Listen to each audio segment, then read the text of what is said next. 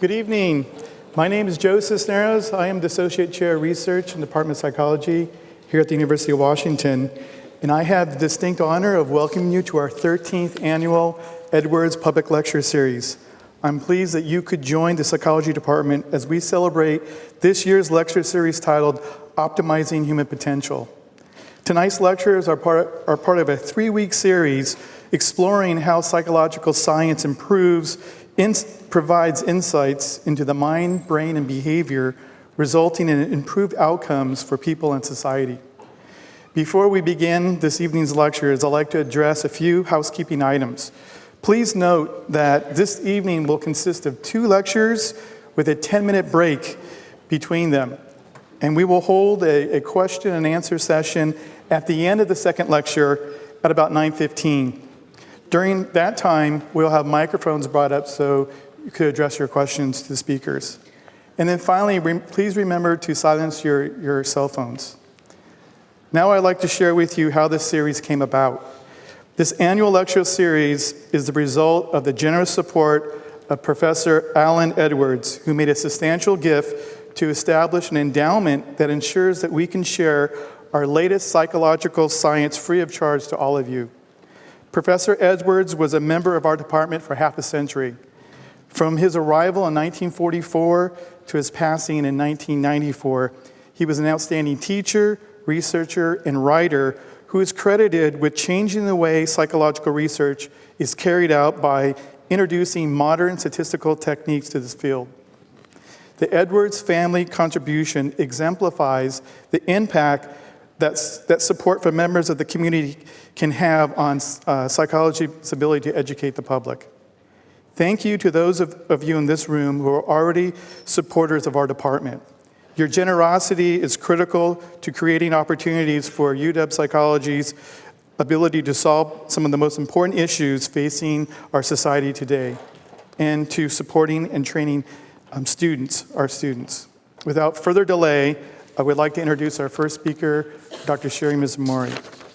The goal of UW Psychology Professor Sheri Mizumori's research is to understand how healthy brains mediate memories and decisions so that we can employ specific evidence-based interventions that improve memory and decision processes. Early in her graduate training, Dr. Mizumori researched how targeted changes in brain chemistry can selectively impact components of memory, such as short-term and long-term memories. To study why signaling between distant parts of the brain is essential for learning, memory, and decisions, and how this changes with age, her laboratory currently studies the brain's communication system under different memory and decision-making conditions.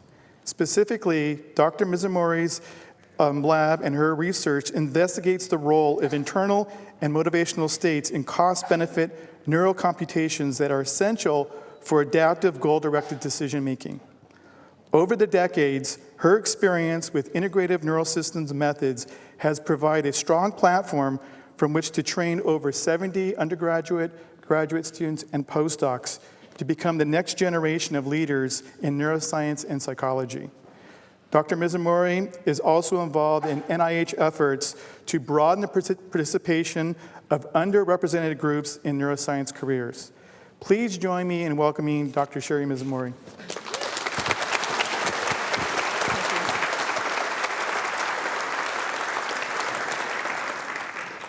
Thank you, Joe, for that wonderful introduction. And I want to thank all of you for being here tonight to allow both my colleague, Dr. Yasa, and I to share some of our ideas and recent results concerning aging research. Now, many of us, myself included, as we're going into the second half of our life, we often wonder about whether or not and how we can best maintain our cognitive abilities into old age. And this really requires, the answer to this question requires the work of a number of different researchers, researcher types, different disciplines, and so on. And so I'm hoping to impress upon you today, what some of the outcomes could be and what can happen when all of these different folks work together, okay? Now, our goal, of course, the long-term goal is to be able to facilitate healthy cognitive aging, okay? And so when I talk about that, what I'm talking about really is that our ability to maintain our memories. Because it's when we maintain our memories, and the memories really are the support process that allows us to make good decisions throughout our lives, for our family, for ourselves, for our work, and for society. And so really when you think about all the work that needs to be done to try to understand cognitive aging, we have to look at the brain. And the reason is that the brain aging really is what determines cognitive aging. And the field of neurocognitive aging then is a field that seeks to understand the mechanisms of brain aging so that we can develop targeted and hopefully non-invasive interventions that result in a healthy, what we call mind span, that allows us to age gracefully. And by mind span, I'm talking about the ability to retain good cognitive skills over your lifetime. Now, as a neuroscientist, one of the first questions that people had asked in this field is, well, we know that the human brain shrinks when you get older. Does that mean that you're just losing all kinds of cells? Well, surprisingly, again, for many decades we have known that in non-pathological aging, that is when, for individuals who do not have some sort of a neurodegenerative disease, that aging is not usually accompanied by great losses in the numbers of neurons, at least in brain structures that are responsible for processes such as decision-making and memory. But yet, when you ask individuals who are older whether or not, what kinds of changes in their minds and mindful operations they might be experiencing, a very common comment is they have maybe problems making decisions, it takes them longer, they have more difficulty with their memories. So clearly there's a significant functional loss. So what's going on here? How can this happen? Well, what I'm going to do for the rest of this evening is to first talk to you about how we think of memory and different components of memory, and then how some of the these memory processes can change with age. And then I'm going to talk about what we know about some of the underlying brain changes that occur that might mediate some of these memory effects. And really, I think I'm going to talk about all this research within the context of an effort to work towards healthy cognitive aging. So the first question is, simply put, what is memory, right? Well, this is actually not so easy to define, as you might imagine, when you think about your own memories. So currently, for example, you in your life, right now you exist at this point in time. And it's because your brain automatically records the events in your life that you can look back in time to sort of recreate your life in the past. And in doing that, of course, you have to recall memories. But your memory system also allows you to look forward into the future to make plans, okay? And so just from that description, you can tell that your memory functions in your brain are very complex, okay? So it allows you to look into the past as well as plan for the future. Now, let me just give you an example of how memory might be studied in a very simple illustration, because as you'll see, as the talk goes on, you'll see that memory processing is actually very complex. But in this simple picture, I might say, you might look at this image, and because you are all here in this particular auditorium, I know you recognize this image, because it's just right outside. But if I say, so, what is this image? What is the name of this place? Hopefully you will not take long and say, Red Square, right? Seems simple. But really, a lot of things had to happen in order for you to be able to say this. You had to look at the image, and that visual information had to go into what's called a sensory memory. It's this buffer in your brain that lasts maybe only on the short order of a few seconds. And this is where, again, the environmental information comes into your memory system. And by paying attention to particular parts and elements of the sensory memory, you can then bring information into the short-term, or what's called oftentimes a working memory. And this is a memory buffer that lasts maybe tens of seconds. Okay, so it lasts a little bit longer, and you can see there's some filtering and selection happening here. Now, over time, some of the short-term memory gets placed into long-term memory via a process called encoding. And then when you want to retrieve a name, that information goes back into your short-term working memory, and you're able to verbalize what the name of the place is. And if you want to keep that information active, there's a process called rehearsal that allows you to keep information active in your head so that you can use it for whatever the ongoing task is. Okay. And now what happens if you're shown a picture like this? Now, not everybody would have seen Red Square with snow, okay? In fact, it hasn't happened like this for quite a number of years. So you probably will still be able to recognize this as Red Square, but it might take you a little bit longer. And the reason is that when you look at this image, again, you go through the steps of putting information into sensory memory, short-term memory, and then it goes into long-term memory to see if there's a match, to see if there's something in there in your long-term memory store that matches this image. But if you've never seen red square with snow, you might pause. And so as a result, information, there'll be a message that is sent back out to the short-term memory stores, and through more attention to the image, you can start to abstract out more information, like, for example, the geometric angles of one building relative to another. And then with enough iterations, your memory system is capable of making some inferences. And it will say, well, gosh, I've never seen this, but there's enough similar and familiar items in this image that it undergoes this process called pattern completion, where it just sort of takes its best guess and says, well, it's probably red square. And of course, that's correct. And the fact that it's correct, then that information goes back into your long-term memory stores, and it helps to strengthen the memory that then was existing there. And now this image of the snow-covered red square becomes part of your long-term memory. Okay. But what I just described suggests that the process is very linear, okay, with a few cycles and a few iterations along the way. But I just want to point out that, if you think of a memory in your past, you yourself know that memories are not linear. So, for example, and they're not all the same. And so, for example, if I ask you to recall a memory, chances are that a memory that you recall is one that has high emotional content or something that was recent. Okay? And so that suggests that your memory system in your brain uses emotions and emotional types of information to sort of stamp what's really important, okay? And also it uses time to stamp when things happen, and that helps the brain to organize information in the brain. Okay. Now, there's a structure in the brain called the amygdala, as this arrow shows here. It's shown there in purple, and that's a structure that's thought to provide this sort of emotional stamp on your memories. So when you're now then shown a stimulus, let's say a familiar stimulus like this flower, you're able to, you smell it, and then in your brain, then you recognize this as a particular flower. But in addition, that reactivates the emotions that was associated with that stimulus. And so that's what you end up recalling. Okay. So already you can tell that the memories are actually, as I said, multidimensional and have many different components. So what's happening in old age? So this is what I consider sort of a typical slide. I don't know if you've seen it before, but when I've studied aging many decades ago, I remember looking at slides like this. And what this shows is that over time, on the over years on the x-axis, and then on the y-axis is performance on a memory task, where low, if you're down on the bottom, that means that you're not doing as well, and if you're up high, that means that you're getting more correct.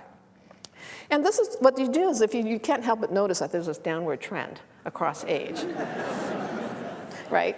But I do want you to pay attention to some of the details. One is that there's, of course, if you're in your 20s, you're at the peak of performance, so to speak, or peak of memory performance, and then kind of plateaus off. And then about 50, which happens to coincide with about the time your reproductive system starts to go down and your hormones start to change, that you start to see this change in the memory for at least these kinds of items. And it ends up that across all animal species, when the reproductive system starts to age, you start to see changes in the memory abilities of these different animals.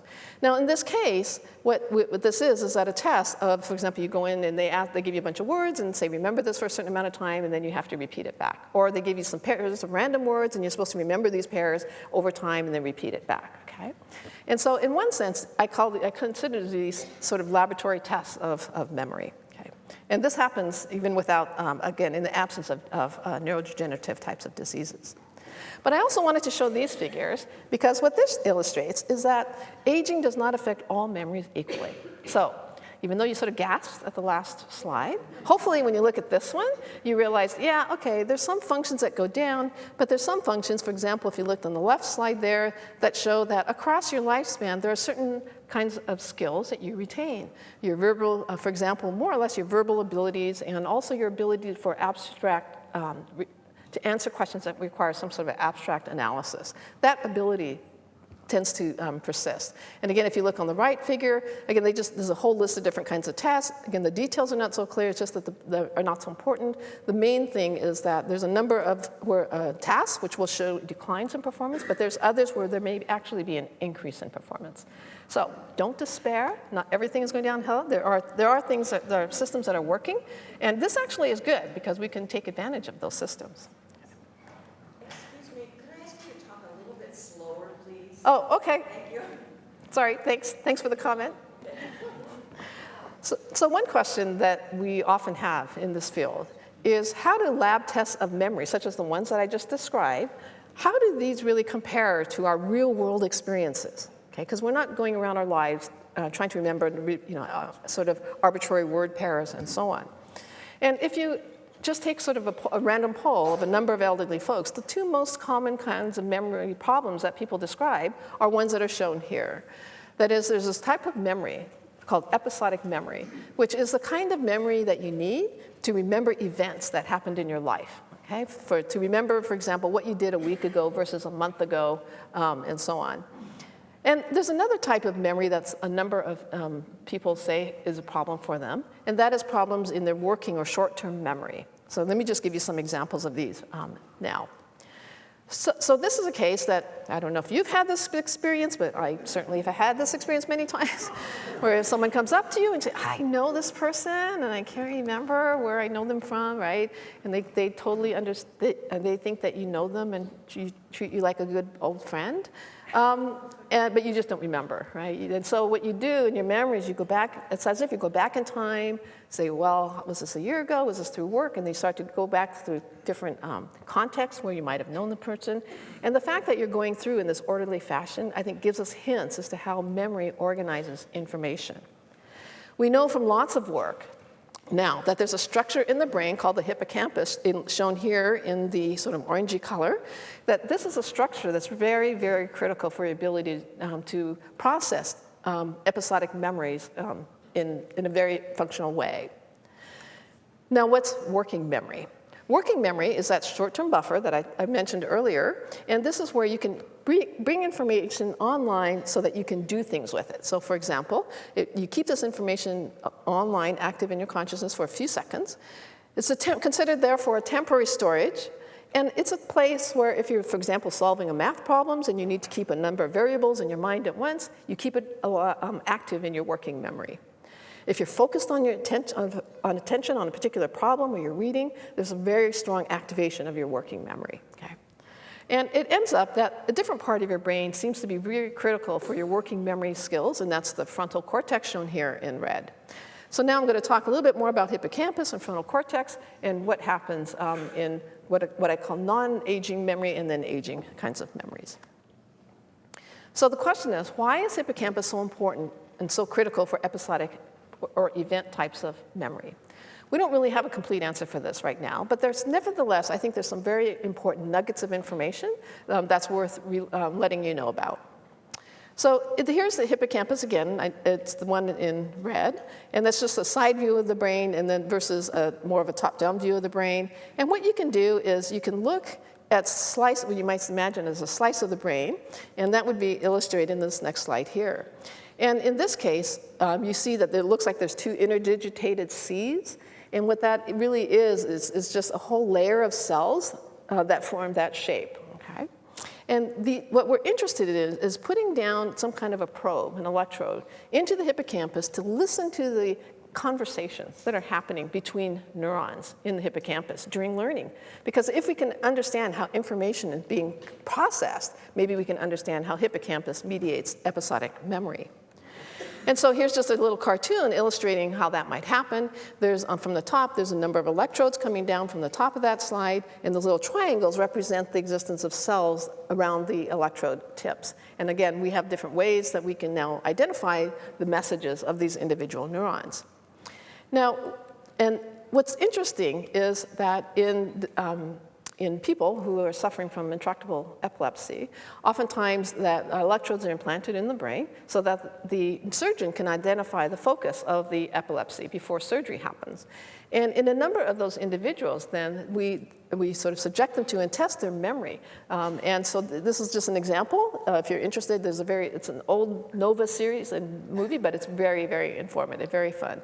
And this was focused on Itzhak Fried's lab, who is a neurosurgeon at UCLA. And so this is just an example of someone who's looking at doing some kind of a cognitive test. And what this person is actually doing is the following, is that they are looking, or she is looking at a series of scenes as this, and these are scenes of familiar TV series. It depends maybe on which generation you are. They may be familiar or not. So I don't want to call anybody out, but this is Jurassic Park, The Simpsons. Now the other one you may not know, I know because in our family we watched this a lot growing up, The Wizards of Waverly Place, and then Star Trek. Okay. And so the point is that when a person looks at a scene, you can record the activity of the neurons who normally just kind of pop along in a tit kind of pattern, and there's almost like a code, right, that the next cell reads, and that's how they communicate. And so just imagine across time, you're looking at Jurassic Park, and the cell that you happen to be recording from just kind of goes bip, bip, pause, bip, bip. And the Simpsons come on, they go crazy, right? Broo, broo, they just loves the Simpsons. And then the Wizards of Waverly Place come on, not too interested in, and also Star Trek, okay?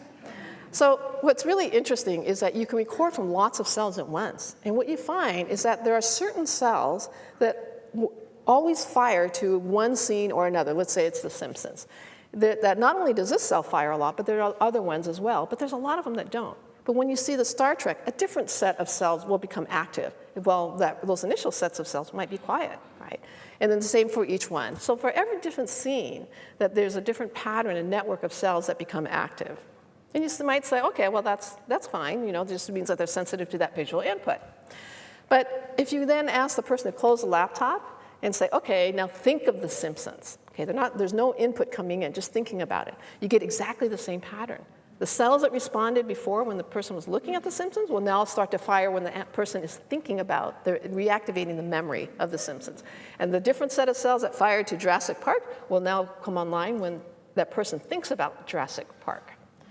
And so what that tells us is that the hippocampus replays, is sort of the term that we use, neural activity during memory recall, that it reactivates, it replays the pattern of neural activity that was there during learning. Okay. And this is really an important thing to understand because it helps us to think about what's happening during memory recall. And so another point to take away from this is that your memories are not housed in a single cell or even a couple of cells, but it's really housed, you might say, and processed by networks and groups of cells that work together. Okay.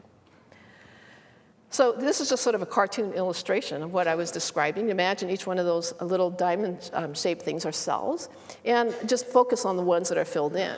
And in the middle section, I show that, when new learning comes in, those three cells start to fire together, okay?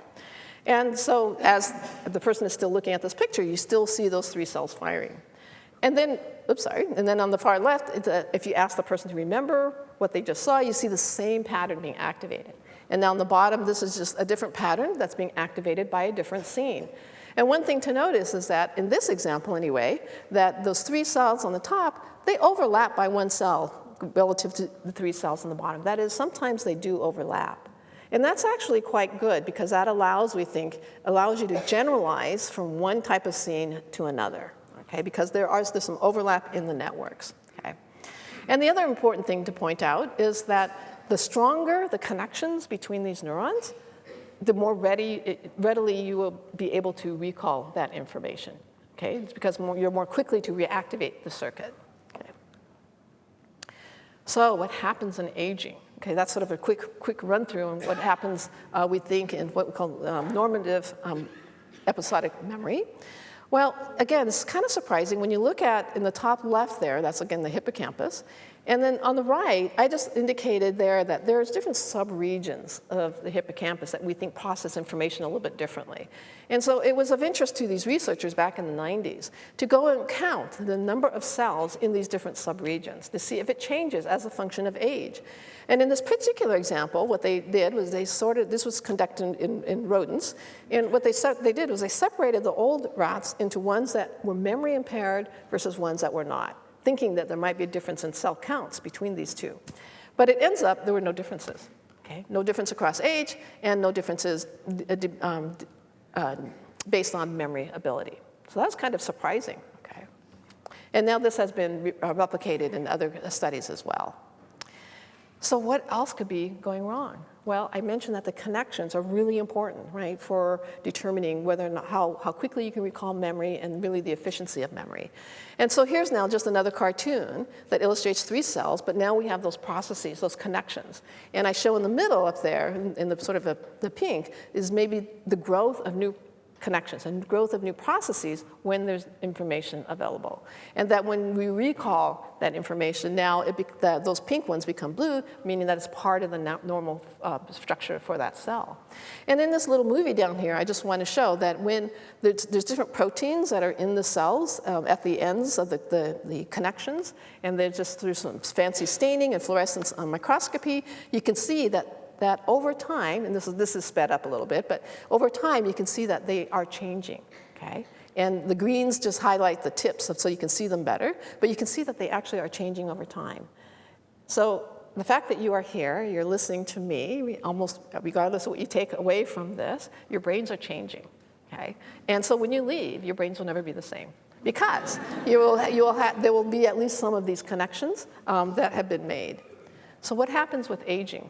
So this is a different way to view these connections. Just imagine you took one of these processes, and on the left, what you see is what looks like a line, but you also see like there's these little nubs, right, on the sides of this line. So that's one of the dendrites. Imagine that's just one of those connections. And it ends up that the neighboring cells talk to each other through these connections between these little nubs or synapses. And so the more you have, the more information you can process. The more a cell has, the more information that cell can process.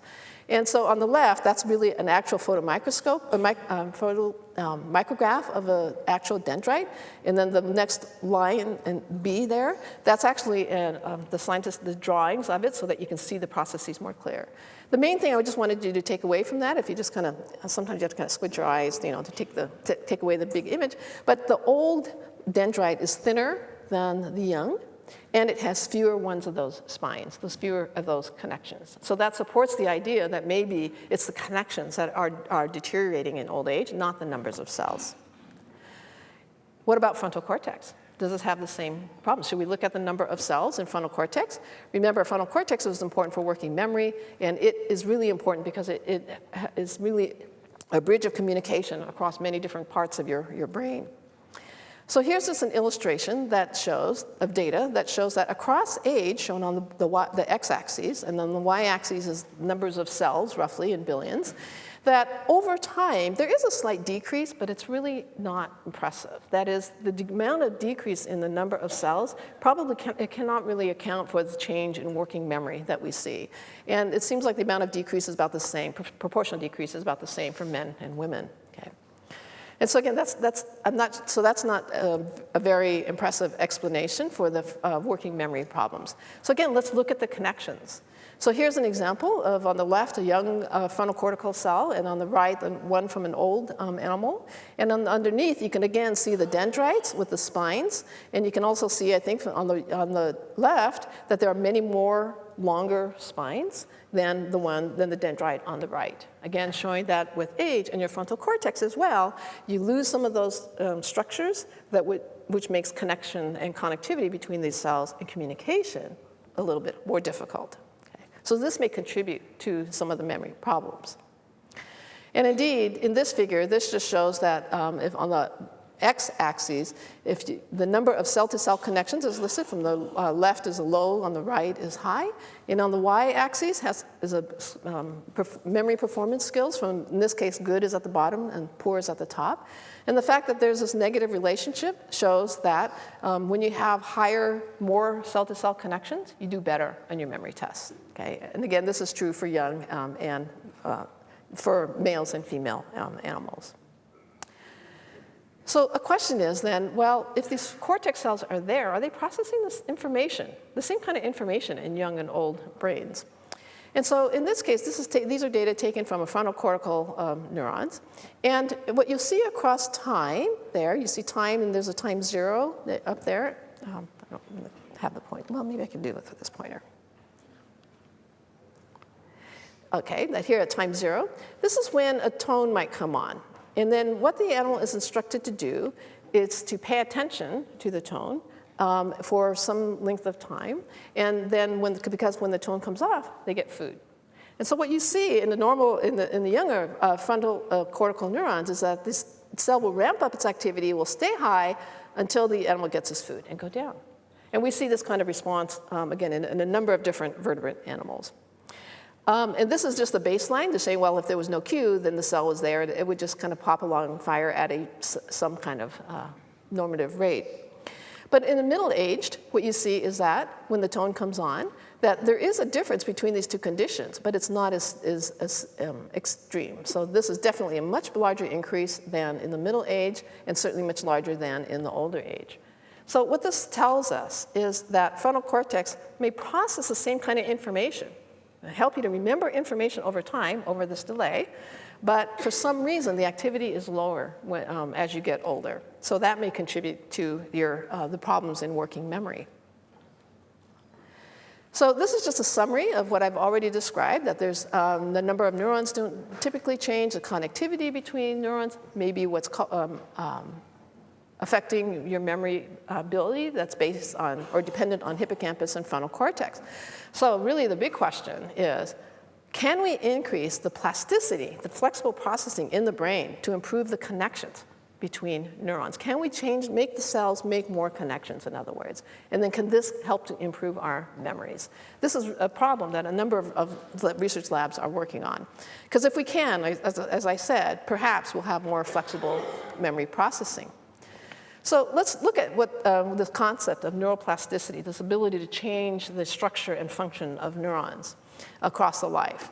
Well, it ends up that you probably already know this, maybe in a different way, that even in the younger age, your brain's always changing the patterns of connections. So when you're really very young, for example, at birth, you have a number of cells that don't seem to be so highly connected yet.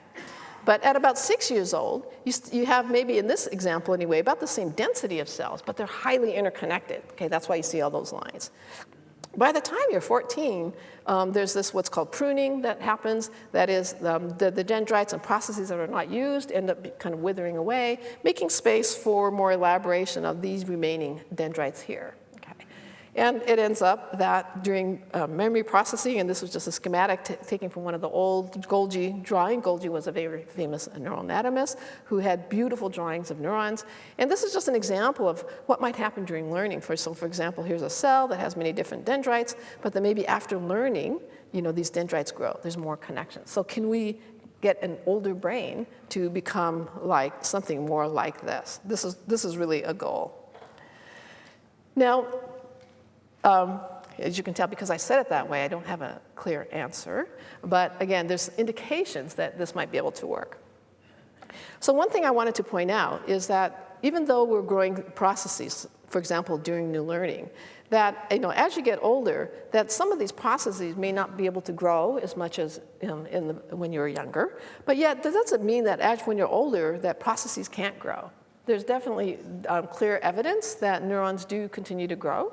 The question is, how do they grow? And it ends up that maybe they grow in slightly different patterns and configurations than they do compared to young, and maybe that also contributes to the fact that the working memory is a little bit different. But what that suggests then is that perhaps if you have different patterns of connections of neurons, your memory may be using different strategies for remembering information. And so one question that has come up is whether or not the young and old subjects use different strategies to remember information. And this is, I'm just now going to just run through a quick experiment that illustrates that indeed this happens. So basically the experiment is the young and old subjects were asked to learn 8 different surnames by saying each one out loud, but in different ways. So in one group, there it is, the individual was asked to just to basically state the first letter of each name. So this would be B, J, M, and H, okay? And then another group, they were asked to come up with a rhyme so that there's some sort of a phonemic help, an aid to try to remember the names. So in this case, if it was Bill, instead of B, you would say Bill, maybe Will, Jane, Payne, Mary, Ferry, and so on, okay? So you have this little mnemonic to try to help you to remember.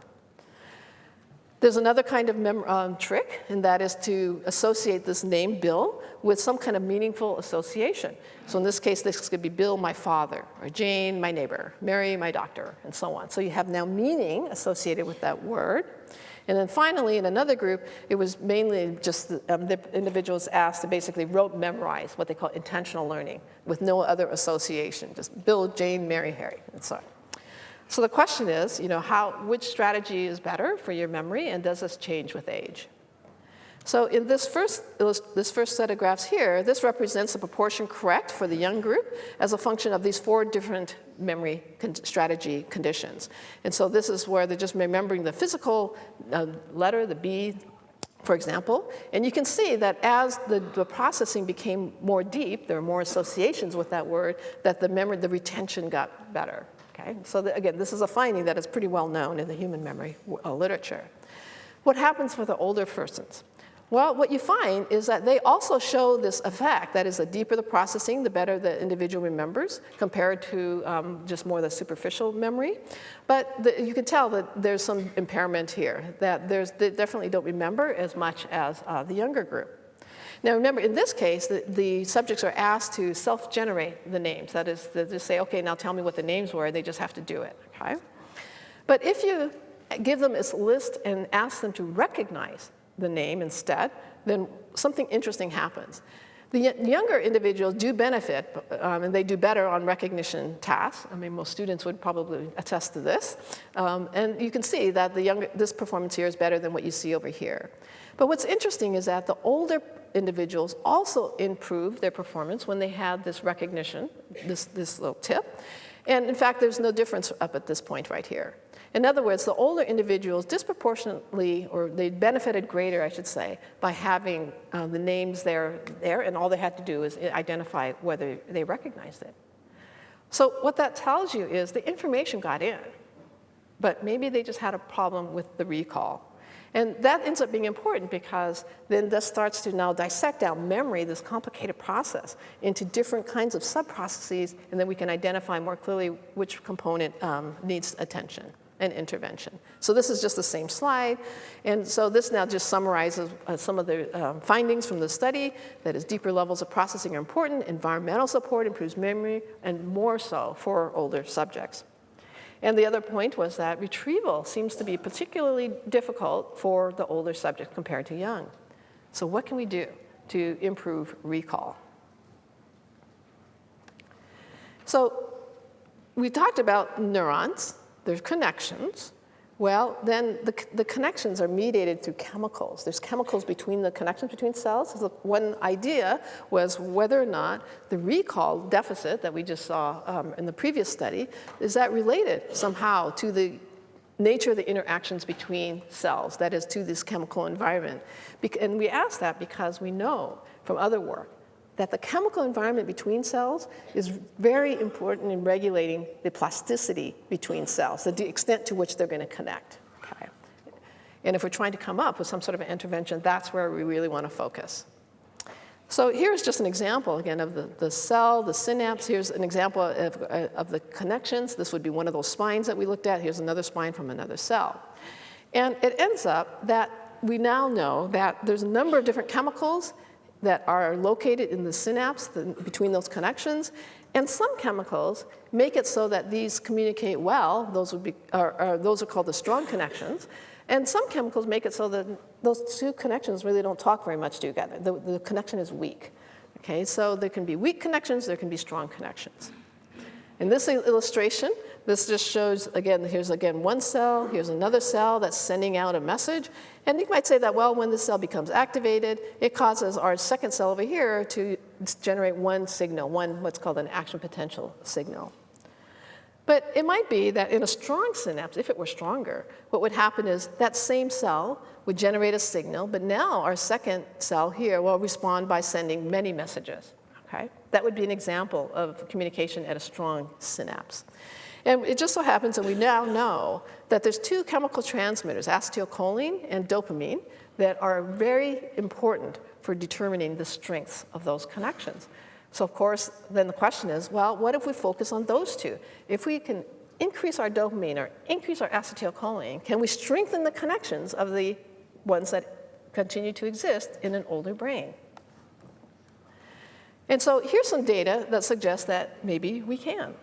So let's this is actually data taken from a rodent study, and this is a top-down view of a maze where these are little boxes, and these are little alleys that connect the boxes. You can see it's a maze, right? There's many different paths.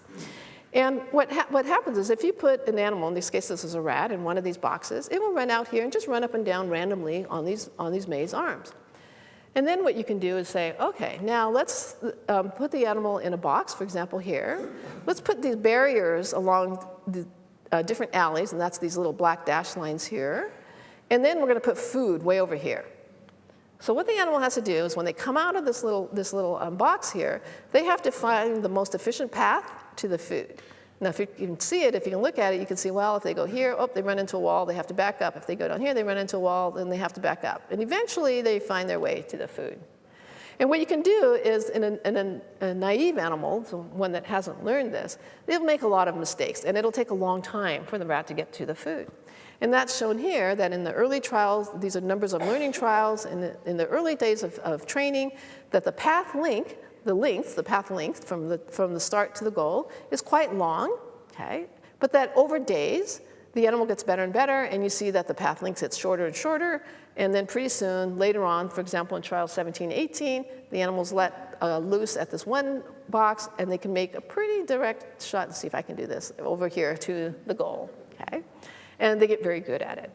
So what's interesting is that there are some amazing techniques out there now where one can, while the animal's running around behaving like this, you can go in and selectively ramp up the dopamine system to the cells in the hippocampus or completely eliminate it, but just for the time that they're in this maze. So you can turn on D for dopamine.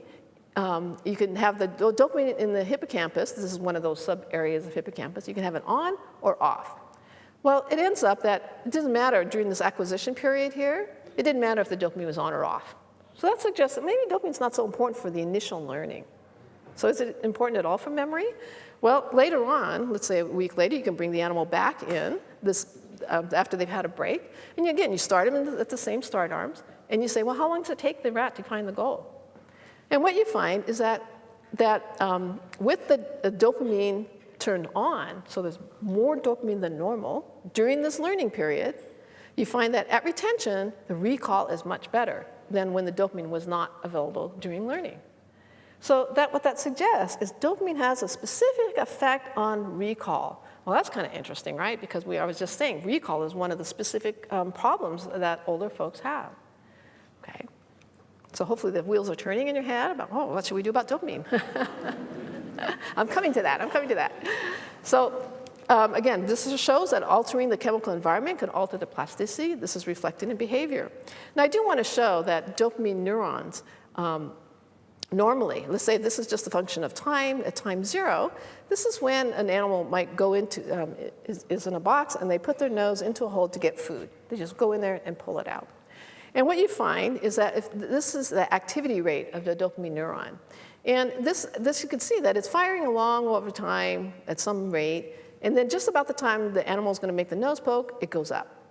If there's going to be food there, right? If there's not food there, then you see that this red line just continues and nothing happens.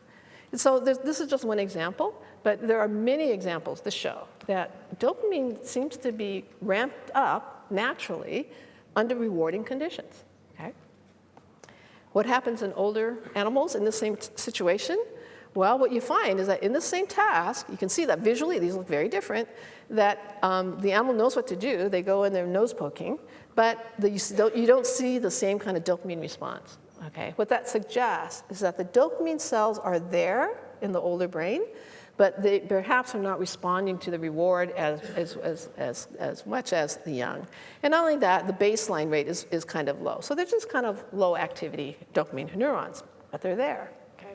So can we take advantage of this? Okay, so again, the question is, how do we increase the potential for neuroplasticity? Well, let's hijack the brain's dopamine system. That is, I had just alluded to the fact that dopamine cells increase at rewarding experiences, and now we know that, again, there's lots of other data out there that shows when something new happens, that novelty often is considered rewarding, and you get strong dopamine responses, okay? And so a question is, these are just some data from our lab that shows that this is the case. So in this case, an animal receives either a small reward or a large reward, and you can see where this arrow is, that there's a larger dopamine response to the larger reward. So this is actually interesting because it suggests that manipulating the environment, manipulating the reward, can alter the level of dopamine. Maybe in aging, we want to do this more, okay? And so this translates then into ideas that I'm sure you've heard about, right? Is that you should exercise more when you get older. Do you know why? Well, clearly, blood flow, there's more oxygen to the brain. But I think in the context of our discussion, more importantly, you want to get that dopamine going. Okay? And it ends up that by exercising, by keeping yourself more mentally challenging, by experiencing new things, then you get more dopamine going. Okay? So now what about acetylcholine and acetylcholine? Well, it ends up, again, there's a huge body of work that shows acetylcholine increases during working memory. And this is just one example of this. In this case, again, there's a function of time on the x-axis here, and on the y-axis, this reflects the amount of acetylcholine that's released.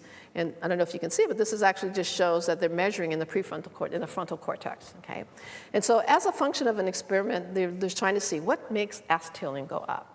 And what they find is that in this case, when there's a tone that comes on, let's say right about here, and again, the animal has to pay attention, because they know that after some 2, 5, 10 seconds, that as long as they're paying attention, they get food, okay?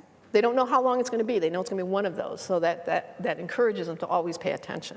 And indeed, what you see is that acetylcholine jumps up right away, and it stays high until the animal gets its reward. Now, what's interesting is that in this experiment, they introduced what's called a distractor.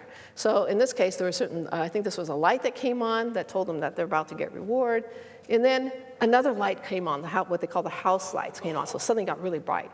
But the animal knew they still had to pay attention, right, to this little light over here, because that's what's going to tell them when they're going to get reward. And so they ended up paying attention to two things. And what's interesting is that the more attention energy, you might say, that you spend, the greater the acetylcholine release. Okay. So again, the same logic then is, what can we do? Well, let's hijack our natural acetylcholine system in the brain. Okay. And it ends up that doing challenging attention-type tasks may be a way to increase acetylcholine that maybe then can turn into an increase in the strength of working memory. And so your question might be, how can we do that? Well, this is a test, and I'll let you participate in this test. And this is where I'm going to show you a string of objects.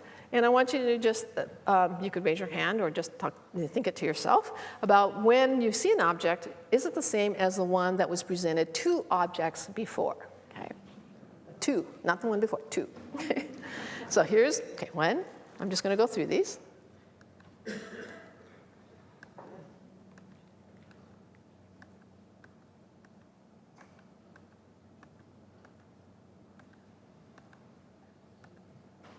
How many times did you see something twice? 2. Oh, okay. This is 1, and that's 1. You guys are good. But it ends up that you can take more of these tests, and you can make it more difficult. By instead of 2 back, you have 3 back, and so on. Okay. But it ends up that when individuals took this test, that they found that now this is a training session here, and this is correct, and this with good performances on top. And you can see that there's some and these are human subjects, they only made modest advances over this amount of training. Now, maybe with more training, it would go up, don't know. And then there's another group that showed a large increase over here. And what's really interesting is that if you take the group that showed the large increase versus a small increase and tested them on other kinds of memory tests, what you found is that their performance generalized. So if they did well on the working memory test, you can see they did better on a different kind of memory test when tested right after their training. But what's even more surprising is if you wait a week later, this persists. Okay, so this suggests that you need to, that perhaps continuing to exercise your working memory can help you with other kinds of memory skills. Okay, so one of the last things I want to mention is that your brain, there's certain parts of the hippocampus has a potential to grow new cells. And I just want to illustrate that these green cells here are new cells that were grown, that were shown to be able to be grown in both young, and this is from an older brain. And so this shows that, again, you have that potential for plasticity. It may not be as fast as in the young brain, but it's there. And so, again, the neuroplasticity continues across a lifespan. There's different types of neuroplasticity that maybe we could take advantage of, including strengthening the connections, growing new neurons. And it's also the case that it can be encouraged by activities. For example, the mental exercise. That can allow you to stimulate growth and allow more flexible processing and learning to take place. When you engage in physical exercise, it ends up that the physical exercise creates these chemicals that are needed for the growth of your neurons. And of course, I didn't mention this, but I just want to put out good nutrition because you all hear about that as well. And that's really important too, because it gets out a lot of the toxins in your cells that have built up over the years, and that allows for more flexibility as well. So in the last 30 seconds, apparently I have, I just want to point out that, again, just putting a little plug for a new UW interdisciplinary initiative that a number of us here at the UW are putting together. And it's because we think that it's time that we have all this data about what happens in the old brain and old cognition and so on, but we need more efforts to try to come up with interventive sort of methods to go in and increase resilience so that you can come up with strategies to combat the age changes that you see in your brain and your body. And so these are just an example. We think that stress is a real important determinant of cognitive aging. And so in this initiative, we're going to focus on understanding better the interactions and intersections between stress, cognition, and aging to forge new frontiers in research, train the next generation of leaders, and again, we're going to try and get out in the public more to engage the public with their ideas, with their support, and hopefully then we can make great advances in this area. And again, you can just contact me if you're interested. There's my email. Okay. So again, I just want to thank, I have a whole host of students, and many of them are here. Thank you for coming. To thank for all the many decades of research that I've been doing, and lots of different support, different agencies. I belong to different groups. Here's an example of a number of the folks that were in my lab at one time, along with their partners. And I mentioned that's really important too, because they're part of the lab as well. And I do want to say that when you get older, you may have different strategies, and that's okay, as long as you can function.